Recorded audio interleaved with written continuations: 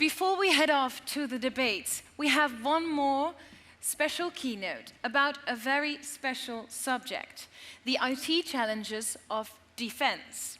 What are the top priorities of the CTO of the Ministry of Defense, and what challenges do they face?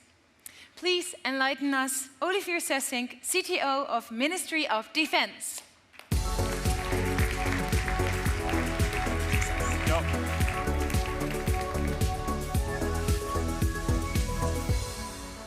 Well, good afternoon. Let me first start to thank the organization, ICT Media, for organizing this event and giving some special attention to the Ministry of Defense.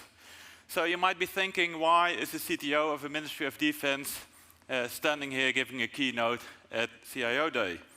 I sincerely hope that by the end of this talk, it all makes sense to you. By thinking of the Ministry of Defense, probably most of you think of military personnel in camouflage suits, driving or flying or sailing in impressive military equipment. But just think of it. Nothing drives or flies or sails without IT. And as the CTO of the IT organization, we have the IT everybody has. We have networks covering all of the Netherlands. We have offices, hundreds of them. Think clients, laptops, users, many of them. We have finance systems, HR systems, like you all have. But since we fly and we drive and we sail, we also have the IT of a port. We have the IT of ships, navigation systems. We have the IT of the Coast Guard, radar systems, radio systems. We fly, so we have the IT of fighters, of helicopters. We have to plan helicopter operations. We run airports, many of them. We have air traffic control throughout the complete economic zone in the Netherlands. And nothing drives just to drive. Nothing drives without a reason. Without logistics, every fighting stops in a few days. So we have the IT to run logistics. And these are all, let's say, generic systems. Many of you probably also have these kind of systems. But we also have very highly specialized military systems.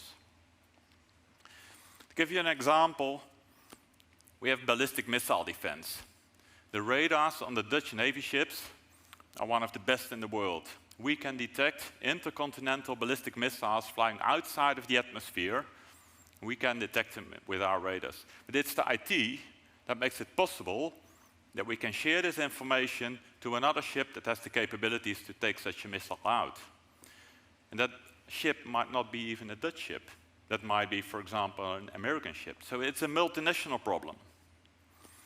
Or it's the IT that makes it possible that if an air defense radar, for example, detects an incoming fleet of helicopters, that we can share this information to nearby ground troops and warn them of this imminent threat. And again, these ground troops might be not Dutch. They might be some other NATO country. In the Ministry of Defense, we call this information-driven operations. And that's important for us. And to give you a bit of a hint of the complexity of these kind of systems, think of electronic health records, the digitaal patiëntendossier in the Netherlands. 10 years ago, I think most of you think of this, that was a complex thing.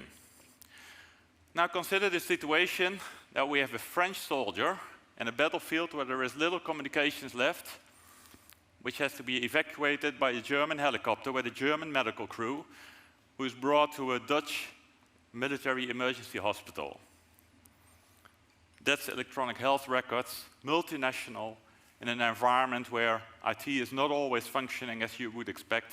That's the complexity of military systems. And so, yes, we also have IT for medical systems. We run hospitals. And all of this IT is also constantly under attack. And I know all of your IT is also constantly under attack. Everybody faces ransomware attacks. But we are also under attack by state actors.